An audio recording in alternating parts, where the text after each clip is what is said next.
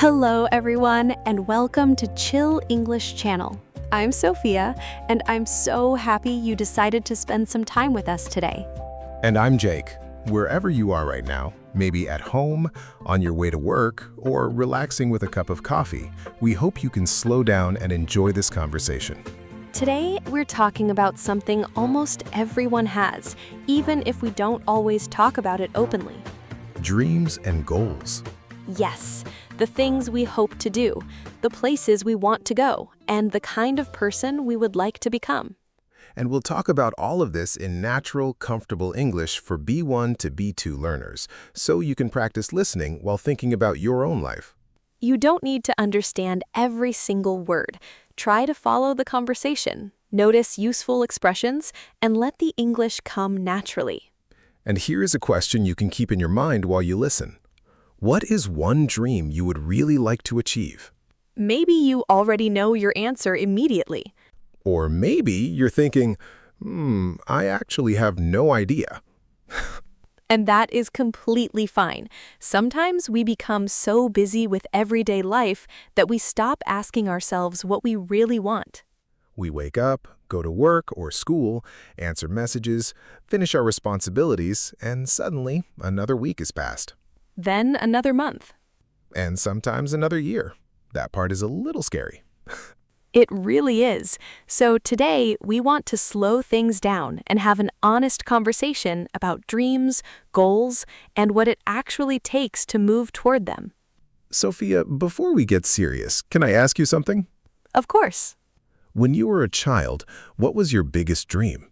Oh, I had several. They changed almost every year. Give me your favorite one.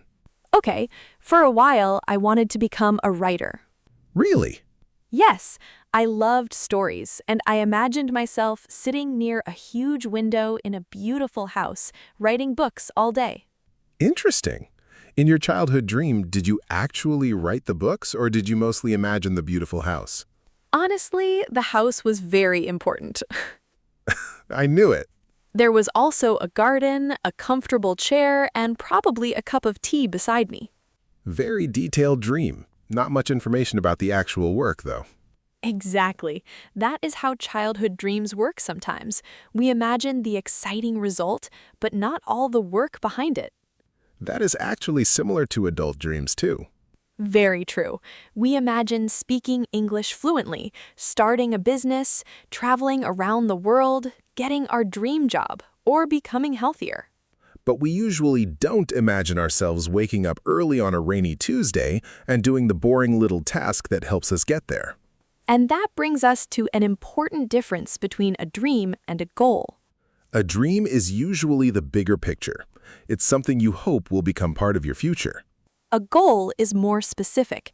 It turns that big picture into something you can actually work toward. For example, imagine your dream is to speak English confidently. That is a wonderful dream, but speak English confidently does not tell you what to do this afternoon.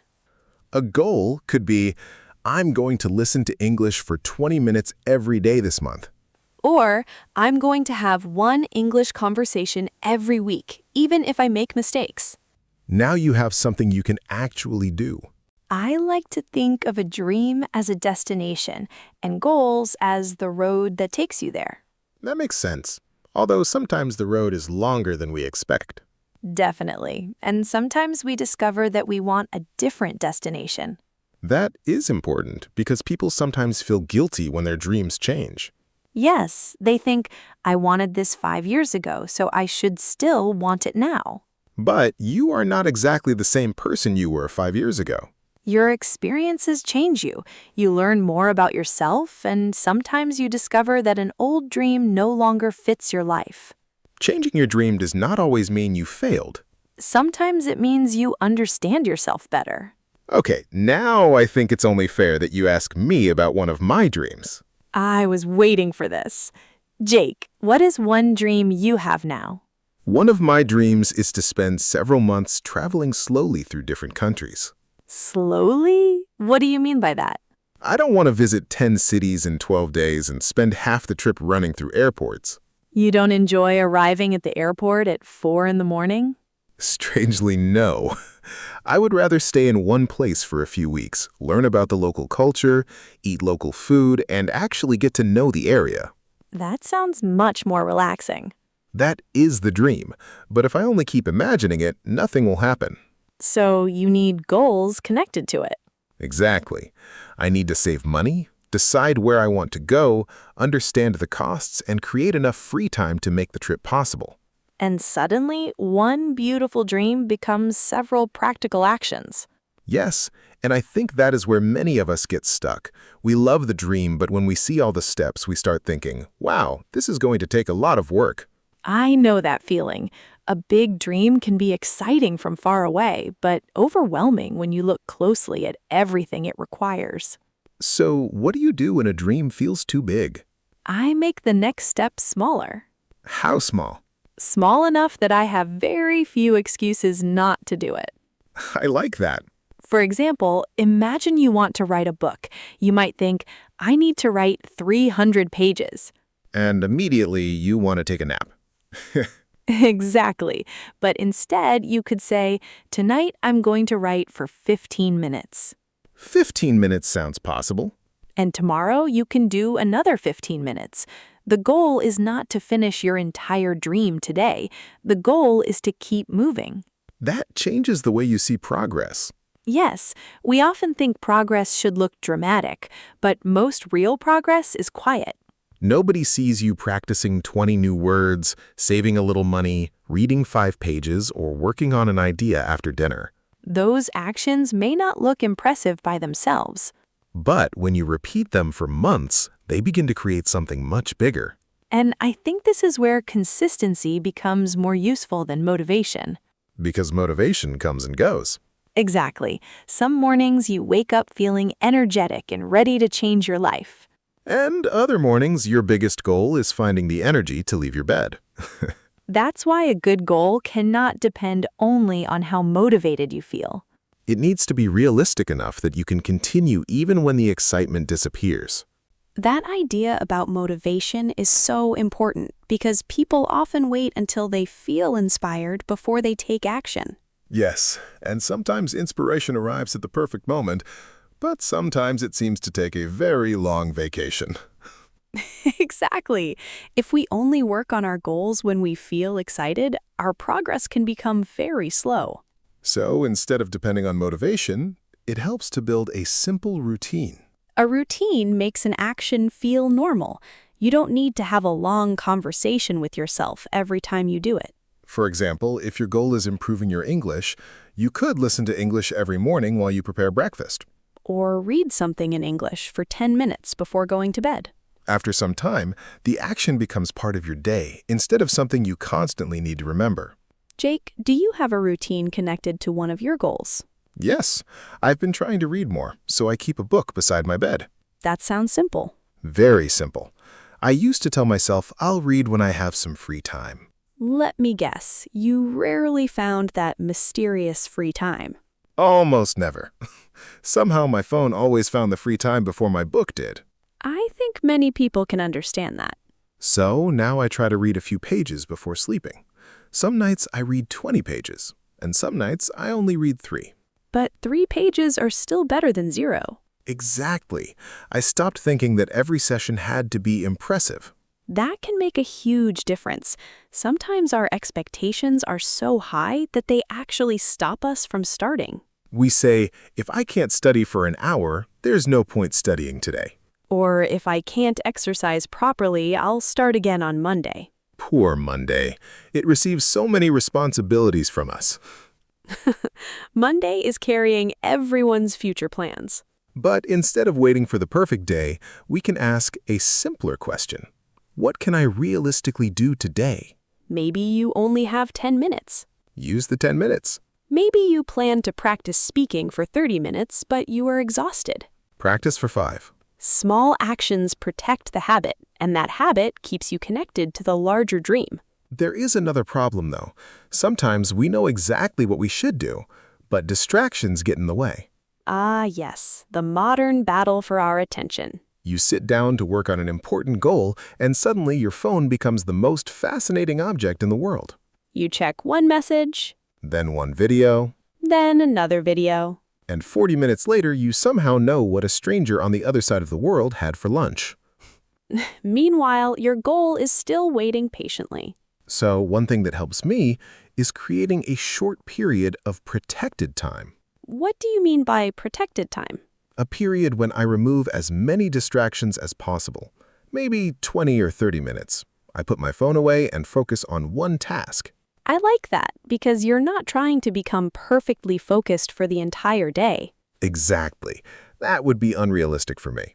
You're simply saying, for these 20 minutes, this goal gets my full attention. And 20 focused minutes can sometimes be more useful than 2 distracted hours. Another thing that helps is knowing your priority. A priority is something that is more important than other things at a particular time. And this can be difficult because many of us have several goals. You might want to improve your English, get healthier, save money, learn a new skill, travel more, and start a business. All before Friday. Exactly. Then you try to improve everything at once and quickly become exhausted. Sometimes choosing one main goal for a period of time makes life much clearer. The other goals do not disappear. You are simply deciding where most of your energy should go right now. For example, maybe for the next 3 months, improving your spoken English is your main priority. Then, when you have some free time, you already know where you want to put your attention. There is less confusion and less mental energy spent deciding what to do. Sophia, have you ever tried to work on too many goals at the same time? Definitely. I once made a list of everything I wanted to improve in my life. How long was the list? Long enough to become a new problem in my life. That is not a good sign. I wanted to exercise more, read more, learn new things, wake up earlier, organize everything, spend less time online, and become more productive. So basically, you wanted to become a completely different person by Tuesday. Pretty much, and for a few days I was extremely motivated. And then? I got tired. I missed a few things, became disappointed with myself, and slowly stopped doing almost all of them. What did you learn from that? That ambition is useful, but it needs direction. Wanting 10 things at once can sometimes mean making progress on none of them. So now you choose fewer goals. Yes, I try to ask myself, what matters most in this season of my life? I like the phrase "this season" because priorities can change. Exactly. Something can be important without needing your full attention right now. And when we understand that, we can stop feeling guilty about not doing everything at once. There is also another side to goals that we should talk about, comparing ourselves with other people. That can destroy motivation surprisingly quickly. You might be proud of your progress, and then you see someone online who seems much further ahead. Suddenly, your own progress feels small. But we rarely know the full story behind someone else's success. We don't know how long they have been working, what help they received, what difficulties they faced, or what their life looks like away from the screen. So comparing your beginning with someone else's middle is rarely useful. A better comparison is with yourself. Ask, am I a little closer than I was last month? Maybe your English is not perfect, but perhaps you understand conversations more easily now. Maybe your business is still small, but you finally have your first customers. Maybe you haven't reached your savings goal, but you have developed better habits with money. Those count. And noticing them helps you see that progress is happening, even when the final dream still feels far away. Because a goal is not only about reaching a destination, it can also change the person you become while working toward it. And sometimes that personal change becomes one of the most valuable parts of the whole journey. I really like that idea, because sometimes we focus so much on the result that we forget to notice how much we are changing along the way. Yes, maybe you start learning English because you want a better job, but during the process, you also become more confident and patient. Or you start exercising because you want to become healthier, but you also learn discipline. And you discover that you can keep a promise to yourself, even when nobody else is watching. But there is something else we need to discuss. What happens when things do not go according to plan? Ah, the part nobody puts on their beautiful goal board. Exactly. We imagine progress as a straight line, but real life usually looks very different. You can make progress for several weeks and then suddenly have a difficult week. You get busy, you become sick, something changes at work, or you simply lose your energy. And this is often when people think, I failed, I ruined everything. But missing a few days does not erase all the work you did before. That is such an important thing to remember. Imagine you practice English every day for a month and then miss 3 days. You still practiced for almost an entire month. Exactly. Those 3 days do not suddenly delete everything your brain learned. Thankfully, the brain does not have a dramatic reset button. The important thing is learning how to return. I think that skill is more valuable than trying to be perfect. Definitely. Anyone can have a bad day or a bad week. The question is whether you can begin again without spending too much time criticizing yourself. You can simply say, okay, that week was difficult. What can I do today? And again, we return to a small action. Because small actions are much easier to restart than enormous plans. There is another situation that can make us question our dreams, other people's opinions. Yes, sometimes you feel excited about an idea, and then someone says, are you sure that's realistic? Or, that'll probably never work. And suddenly your confidence becomes much smaller. Of course, useful advice can be valuable. Sometimes people see risks that we cannot see ourselves. But not every negative opinion is useful advice. Exactly. Some people speak from their own experiences, fears, or limitations. Something may feel impossible to them, but that doesn't automatically mean it's impossible for you. This is why it is helpful to choose carefully who you discuss your dreams with. Find people who can be supportive while still being honest. A supportive person does not need to say, every idea you have is amazing. That would become suspicious after a while. A supportive person can ask difficult questions, but they still respect your goal and want to see you grow. And sometimes the negative voice is not another person at all. Sometimes it comes from inside our own mind. The voice that says, you're not talented enough, you started too late, or other people are better than you. When that happens, I think it helps to remember your reason for starting. Your why. Exactly. Why does this dream matter to you? Maybe you want to learn English because you want to study abroad. Maybe you want to build a business because you want more independence. Maybe you want to save money because you want to create a safer future for your family. When the goal becomes difficult, your reason can help you continue. You can even write it somewhere you will see it regularly. A simple sentence like, I am doing this because, can be surprisingly powerful. And I think we should also give ourselves permission to rest. Absolutely. Resting and giving up are not the same thing. If you are exhausted, sometimes the smartest thing you can do for your goal is recover. You do not need to move at the same speed every day. Some days you take a big step, Some days you take a tiny step. and occasionally you sit down, eat something nice, and do absolutely nothing. Very important life strategy. I'm an expert in that one. Before we finish, let's review a few useful words and expressions from our conversation. The first word is consistent. If you are consistent, you continue doing something regularly over time. For example, she is consistent with her English practice. Another useful word is priority. A priority is something you consider especially important. You could say, improving my speaking is my main priority right now. We also used distraction. A distraction is something that takes your attention away from what you should be doing. Your phone, noise, messages, or even your own thoughts can become distractions.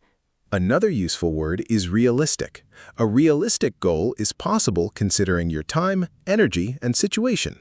And finally, progress. Progress means moving forward or improving over time. Remember, progress does not always need to be fast to be meaningful.